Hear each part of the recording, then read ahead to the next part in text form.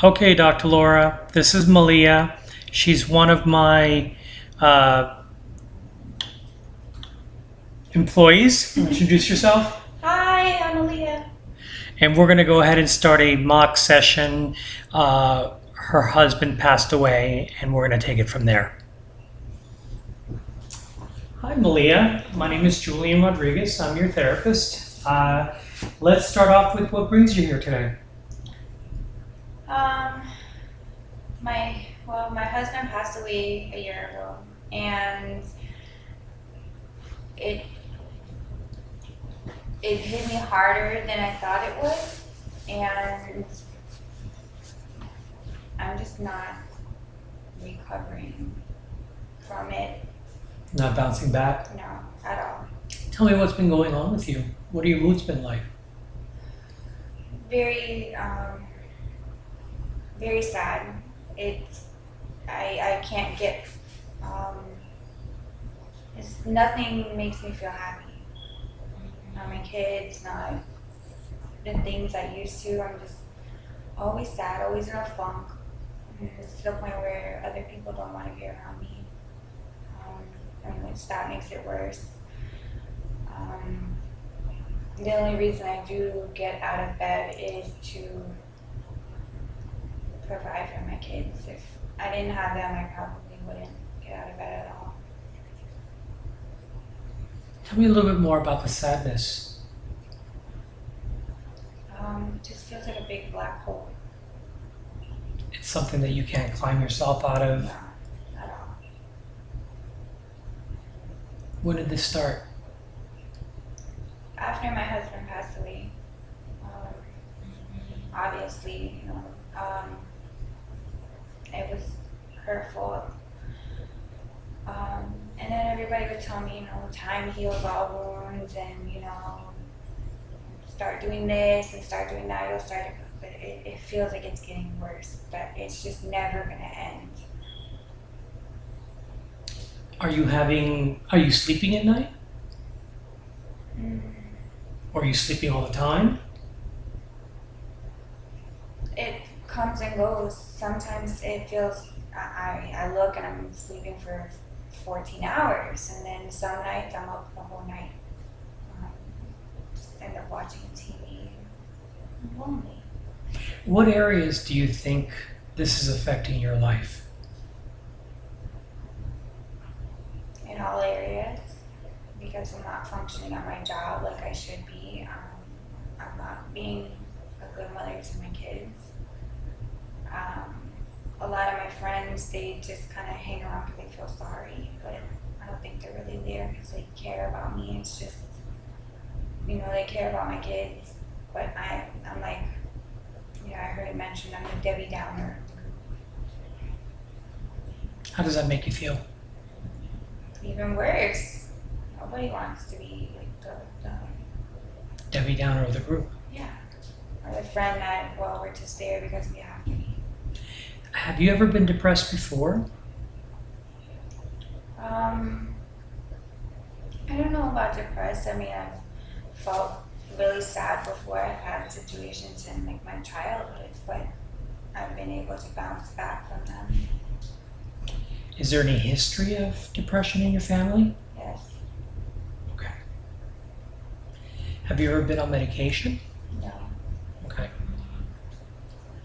So let's go back a little bit and talk about what happened with your husband.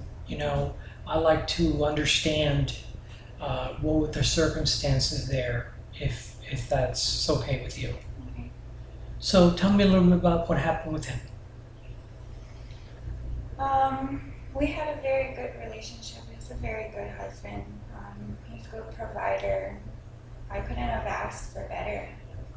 After a long string of horrible relationships, I finally meet someone that's kind of everything that I wanted, and just a really all-around good guy. And he was in a horrible car accident.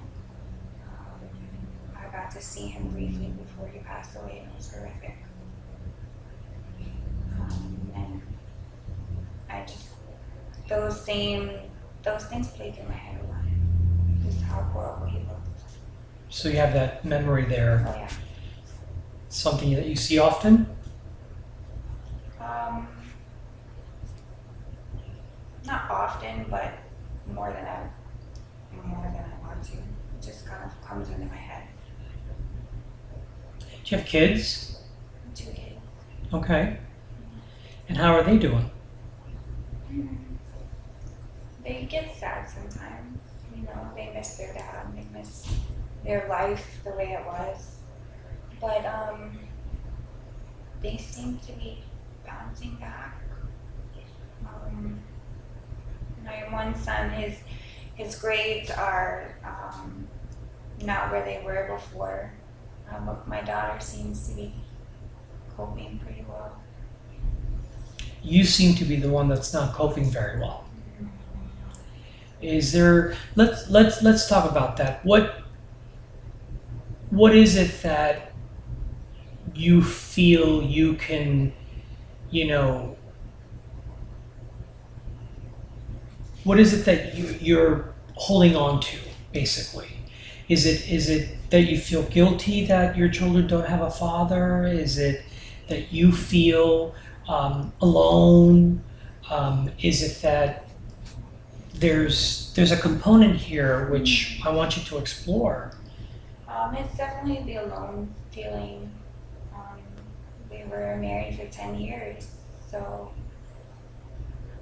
it's hard to wake up in the middle of the night and be there by yourself, and to do all of these things by yourself, taking care of the kids and paying bills and all these things that I never expected to do on my own.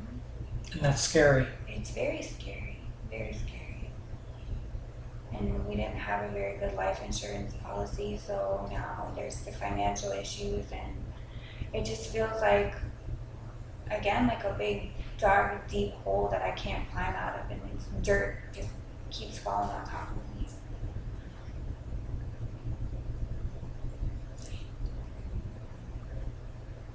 Having your kids and being in this relationship that you were with him, and all the things that are in front of you, it seems monumental. Okay, so what I would like to do is maybe do it a thing at a time, a moment at a time. And what's happening is you're grieving. Okay, there's a grieving process that you're going to go to. It could take a year, it could take 5 years, it could take 10 years. People grieve individually very differently. Okay, so what you're going through right now is perfectly normal. You're in a place where you're you're angry, you are bargaining, you're depressed. So little by little, like people did say, as time goes on, you're going to start feeling a little better. It doesn't mean that you have to forget him or that you have to let go of him completely, but you do. Would you want to be able to think about him in a way where you would feel happy when a thought pops into your head and not be so in yourself feeling like the anger and all these other negative feelings? So there's a way to be able to work through this process and be able to find a happy balance in a way. So that you're not always, every time that you think about him, you're not always feeling like, oh, my loss, my this, my that. It's okay to feel those things, but coping and moving forward is our mission here. Does that sound okay? It does. That's what I want. Right now, that seems impossible. It seems hopeless. It's only been a year. You were with him for 10 years. I don't expect you to feel any different right now. But I want to help you grieve, and I want to help you understand how to move forward. And again, it doesn't mean letting go completely. You can still have your feelings about what happened. You can still have your perception about what happened. But what's important is that that you're able to put it in its place and compartmentalize your ability to relinquish some of those negative feelings and realize that what's happening is pretty normal, and understanding that, and then moving forward. Your feelings are real to you. This was your husband, this was your partner and your friend, etc. So with that being said, I don't expect anything different right now. I want you to know that what you're feeling is normal, and that, you know, maybe what we can do is to help you along a little bit is maybe see the psychiatrist, and maybe some medication would help if you know, when you talk to him. That could be another option. But, you know, I know that with talk therapy and what we're doing right now, I think that we can achieve a level of balance with everything that you're experiencing. Okay. So I'd like to see you once a week, and I'd like to work on this with you, and hopefully we can move into some acceptance. How does that sound? Good. Okay. Thank you, Malia. Thank you for coming today, and I appreciate your time. Our session is over, and I'll see you next week. Thank you.